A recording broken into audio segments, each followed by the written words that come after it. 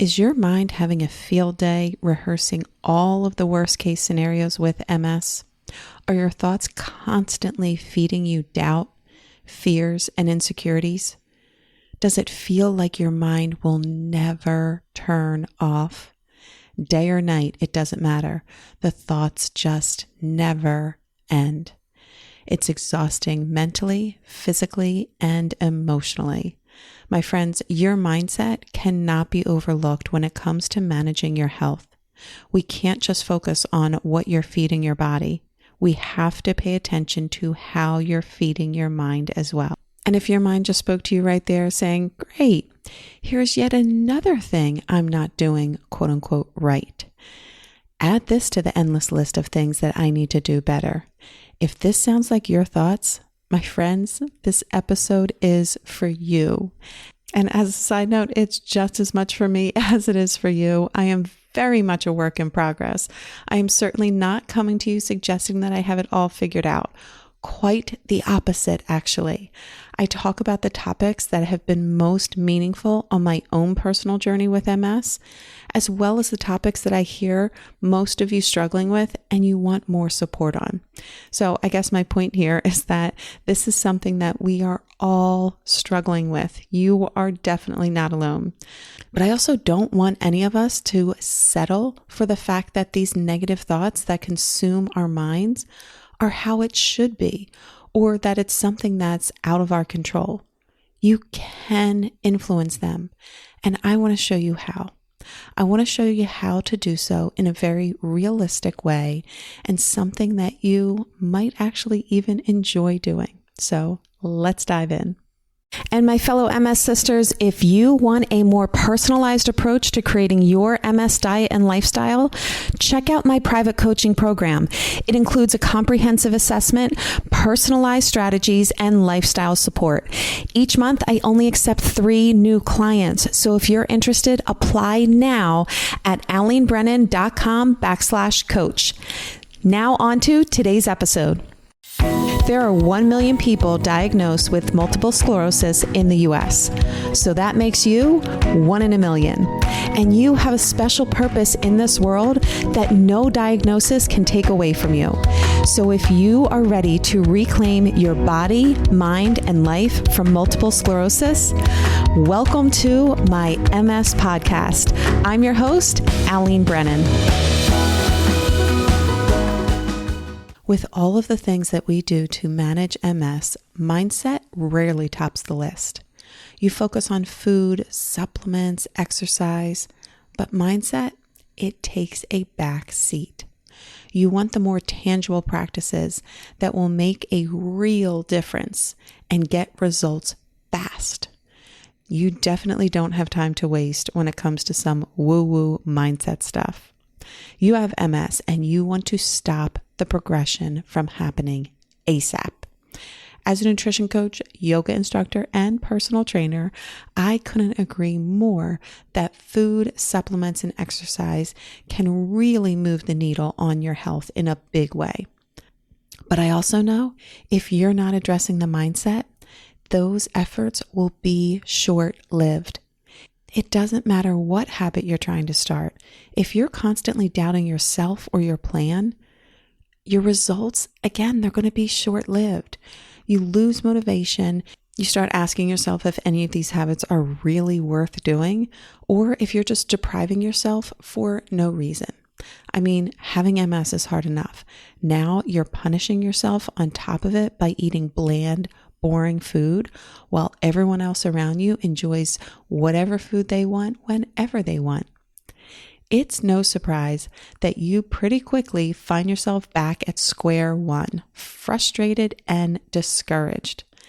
It's exhausting to constantly fight against negative thoughts and fears. It's exhausting. Yet I'm willing to bet that this is the norm for most of us. More of us struggle with this way of thinking than not. But while it may be the norm, it doesn't mean that it's how it has to be. If you allow these thoughts to run the show, they start to take root. They start forming your beliefs and influencing your daily decisions. And when they're influencing your daily decisions, that quickly adds up to negatively influencing not just your day, but your life. So I have a question for you. What could be possible for you if your thoughts were actually supporting or encouraging you? How would your life be different if you didn't constantly have these negative thoughts consuming your mind? What if you were not only able to turn the volume down on these thoughts, but what if you could switch to a completely different playlist, so to speak, one that was supportive and encouraging? Personally, I'm like, yes, please, 100% yes. Where do I download this playlist of positive, encouraging thoughts? Is it iTunes? Is it Spotify? Is it YouTube? I want the details. I want them now.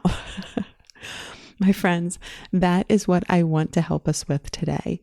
Let's dive into how we can best manage our mindset so that we can nourish not only our body, but our minds too. We're going to start, to no surprise, with breathing. Here are some tangible ways that you can start putting this into practice. And to no surprise, we're going to start with the breath. If you've been around for a little while and listened to my previous podcast episodes, attended any of my online events, or watched any of my YouTube videos, then you know that I love starting with the breath. You could say it's the yoga instructor in me, and maybe it is, but honestly, I do it because I find it so helpful. It's almost an immediate reset for me. I love the simplicity of it. It's always available, it's free, and it can be done in less than a minute. So let's take a breath now together. Wherever you're at, find a comfortable seated position. Maybe roll the shoulders up towards the ears, relax them down the back, just releasing any tension in your neck and shoulders. Find a comfortable place for your hands to rest. If they haven't done so already, gently let the eyes float closed, or take a soft gaze onto the floor if you're able to. And let's take our first breath together. Deep breath in through the nose. Full breath out through the mouth.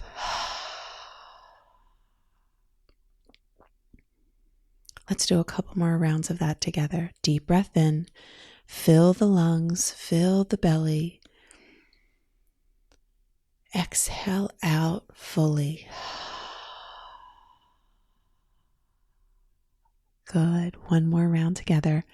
Deep breath in. And exhale out longer than you think you can. Releasing any tension or energy that no longer serves you. Good. Come back to your normal breath. Allow your eyes to open. How do you feel? What did that take us?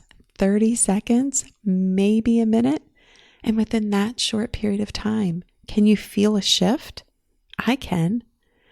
It doesn't change the circumstances or the stressful event that you're in, but it can change your response to them. It can help us pretty quickly shift from the chaos in our minds to a more calm way of thinking. This practice of using the breath cannot be understated. I don't know about you, but if I responded to this world from this place more often, life would feel a lot easier.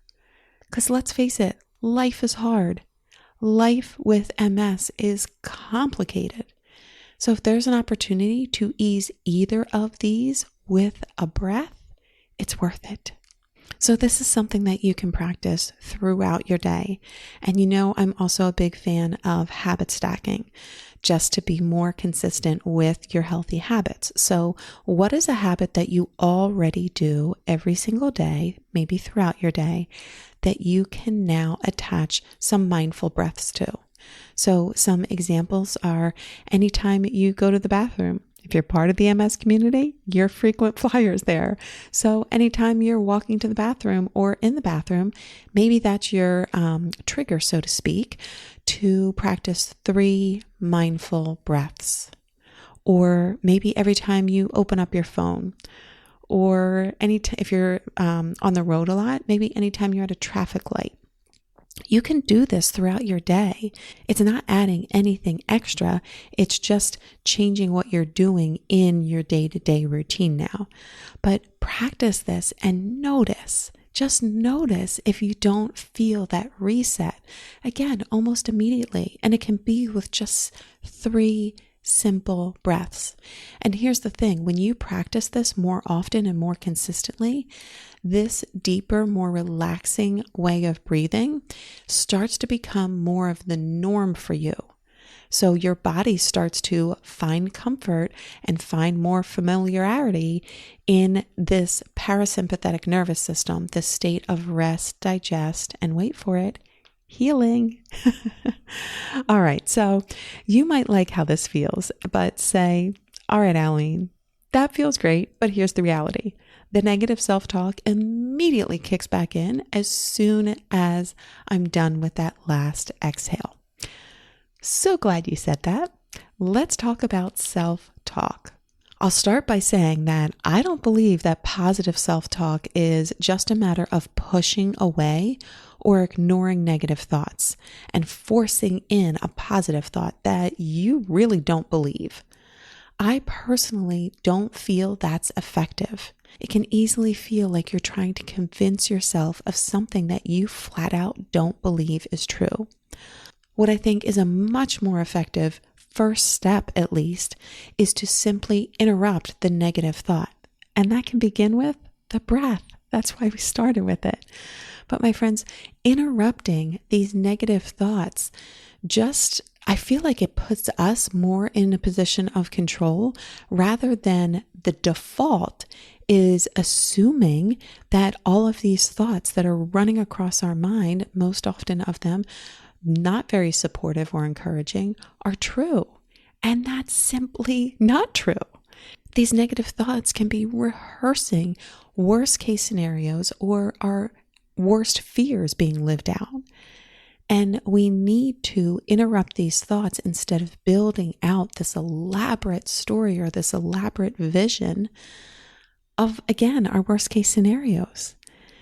Interrupting the thought gives us the opportunity to question the thought, and that can be really helpful. I love the work of Byron Katie for this reason. She's an author and a speaker known for her work in personal development. If you haven't heard of her before, let me just bring you up to speed. Her work is rooted a lot in self-inquiry and introspection, I would say.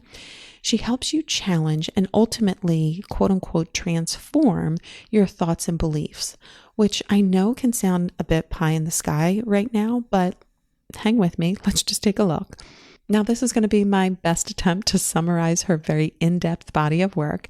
But honestly, if any of it resonates or intrigues you, check out her books. She has several of them, and I'm pretty sure almost all of them, if not all of them, are available on Audible too. So if you're an audiobook lover like me, you got yourself covered. Okay, so here's a brief overview of her work. She begins by encouraging you to identify the thought or belief that's causing you stress, anxiety, suffering, whatever it may be. It could be something like from self-doubt to fear, resentment, frustration. Whatever that thought is, she has you identify it. And then she takes you through a series of 4 questions to question the thought. The first is this true? Start by questioning the truth of the thought. Ask yourself if it's an unquestionable fact or if there might be a little room for doubt on this thought. So you're first asking, is this unquestionably true? Is this 100% fact? Next, can you absolutely know it's true? So you go deeper, considering whether you can be completely certain that the thought is true beyond any doubt. Next, how do you react when you believe that thought? Explore how believing that thought affects your emotions, behaviors, and interactions with others. And then lastly, the 4th question, who would you be without that thought? Imagine a version of yourself who doesn't hold on to the thought and consider how your life might change. Now, I know you may hear this and think like, okay, Alene, I don't know if this one's for me, but hear me out. There is some validity to going through this process because I'll speak for myself here. I know that a lot of the thoughts and beliefs and fears and doubts and all the things that run across my mind, they are not fact. They are something that my mind conjured up and most likely sprinkled in a little colorful additions to it. They started building out a story that's not 100% true. Even if something starts as a fact, we can often color it and make it a little bit more elaborate, and that is often based on our emotions. So asking yourself, is this 100% true? Can you know it's 100% true? And I love the third question especially. How do you react when you believe this thought? Because if I'm telling myself a thought, a belief, again, whatever it is, whatever is running across my mind, and then I ask myself, how do you react when you believe that thought? I'll be honest, most time it is emotional based. It can trigger anger, fear, resentment, stress, anxiety, a lot of different things. So I think, wait a minute here. I'm believing a thought to be true and then reacting with a lot of emotions and showing up in this world based on those emotions. And that is where your thoughts can change your reality. When I've heard that before, I was kind of like, I don't know, like that feels a little bit too far out there for me. But when I look at it from this perspective, I'm like, oh, this makes perfect sense. If the thoughts in my mind that are consuming my mind start to change how I show up in this world, they start to change how I react to this world, they start to influence my emotions, behaviors, and interactions with others, yes, of course that makes sense that my thoughts are going to influence my reality. And that is why I love her work here, because she encourages you to go back and say like, hold up, are these things even true? Because if they're changing how I show up in this world, I want to make sure that they are true. And then of course, her last question here, who would you be without that thought? Imagine a version of yourself who doesn't hold on to that thought and consider how your life might change. That's humbling.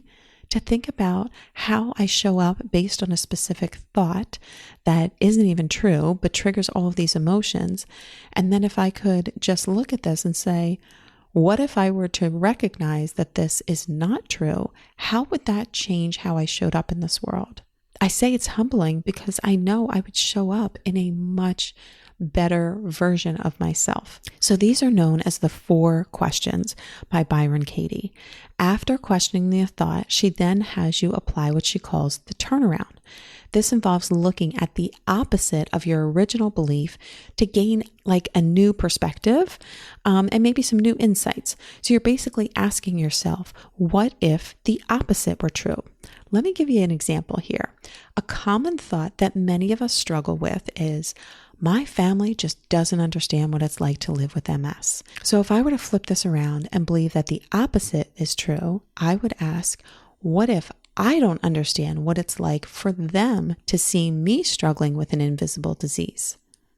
What if I'm not fully understanding what it's like to see the same person on the outside, but depending upon the day, you're seeing me act 2 different ways? Some days I'm relatively quote unquote normal, and other days I quote unquote don't have the energy or the strength.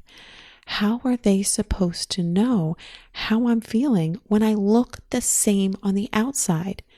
The reality is, when I have days that I'm, again, quote unquote normal, it's easy for them to forget and then feel blindsided when out of the blue, I'm getting frustrated because I don't have the energy and they just don't get it. This is why I love this work, because just helping me to flip this single thought around is so powerful. It's true.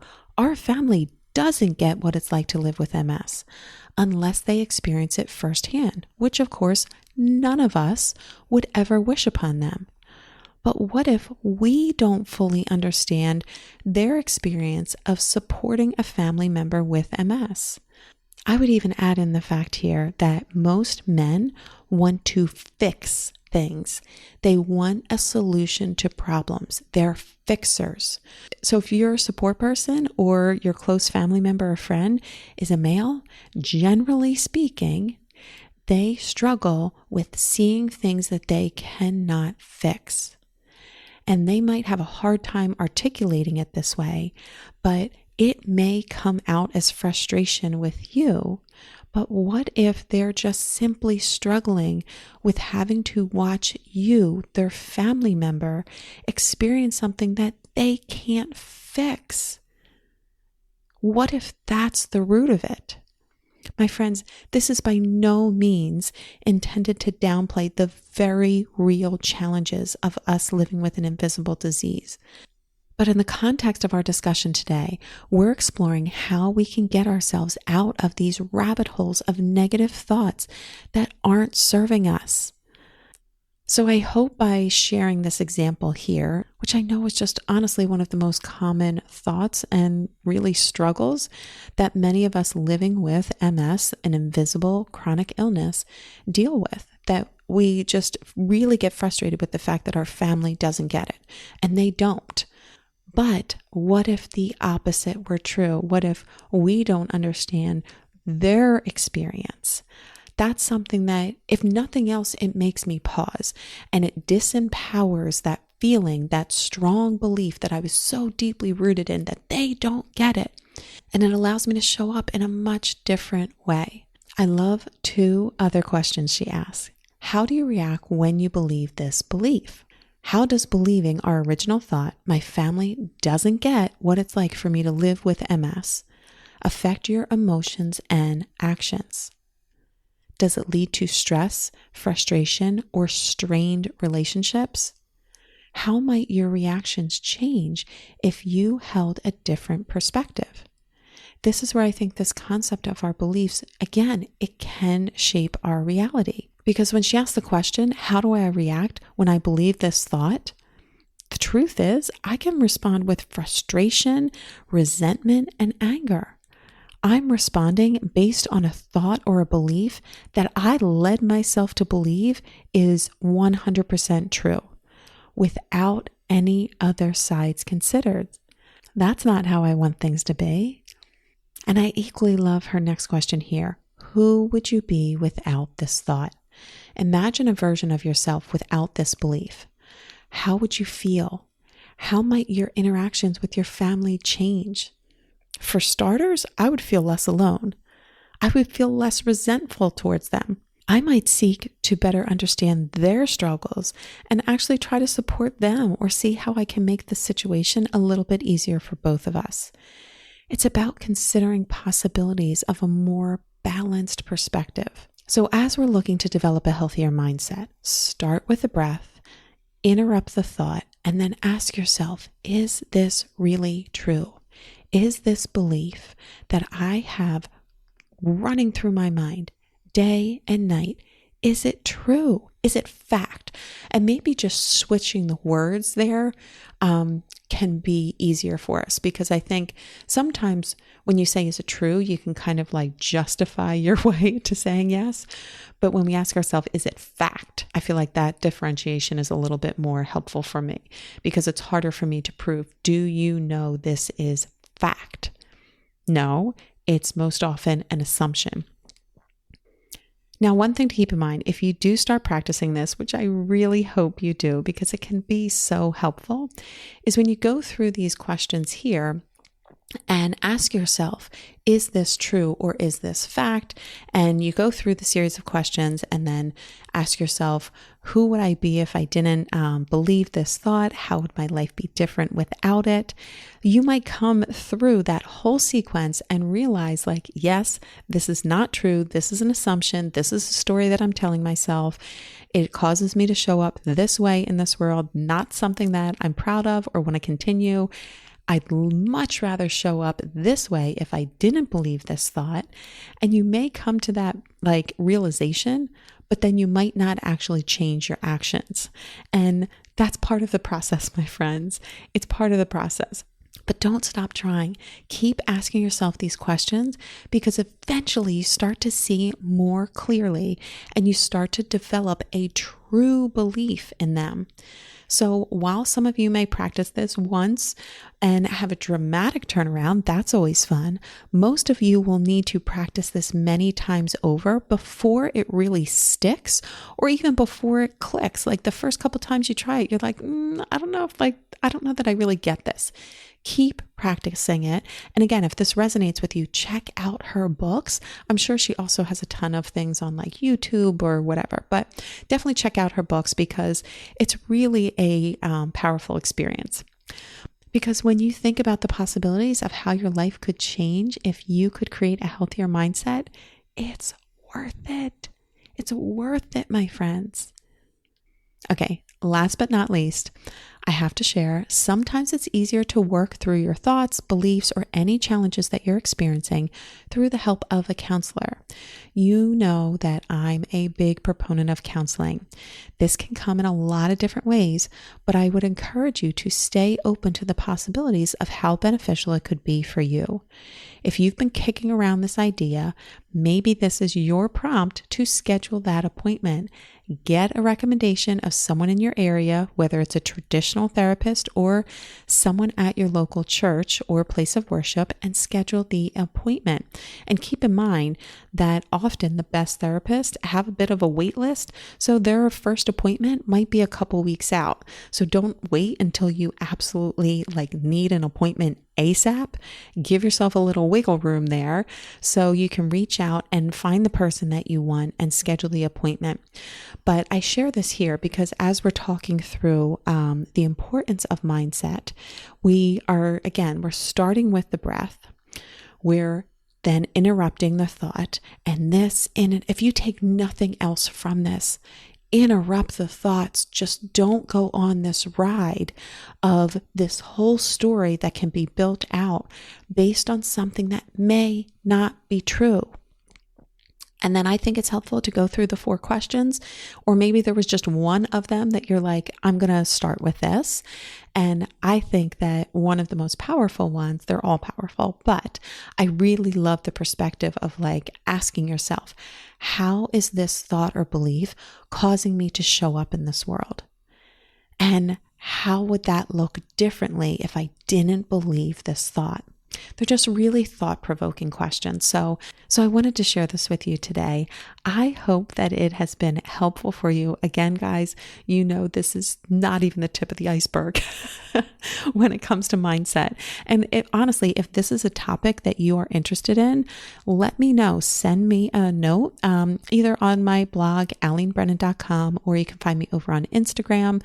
I'm pretty easily accessible. So send me a note because I love to know what topics you guys like most. But if mindset is something that you find to be really helpful or an area that you need more support in, I could create a whole season on it because there's so much to talk about. But my point here is today, if your mindset is having a significant impact on you and your daily life, don't wait to do something about it. There are so many resources available to you. Use them. It can help you feel better on a daily basis, improve your relationships, including the one with yourself, and improve your health. Yes, yes, and yes, it's worth it. And always remember, I am here cheering you on to help you reclaim your body, mind, and life from multiple sclerosis. Well, my friend, we've reached the end of this episode. Pick one lesson from today's discussion and put it into action now. It's time to reclaim your body, mind, and life from multiple sclerosis. And for more resources, events, and programs, head over to alenebrennan.com. See you on the next episode of my MS podcast.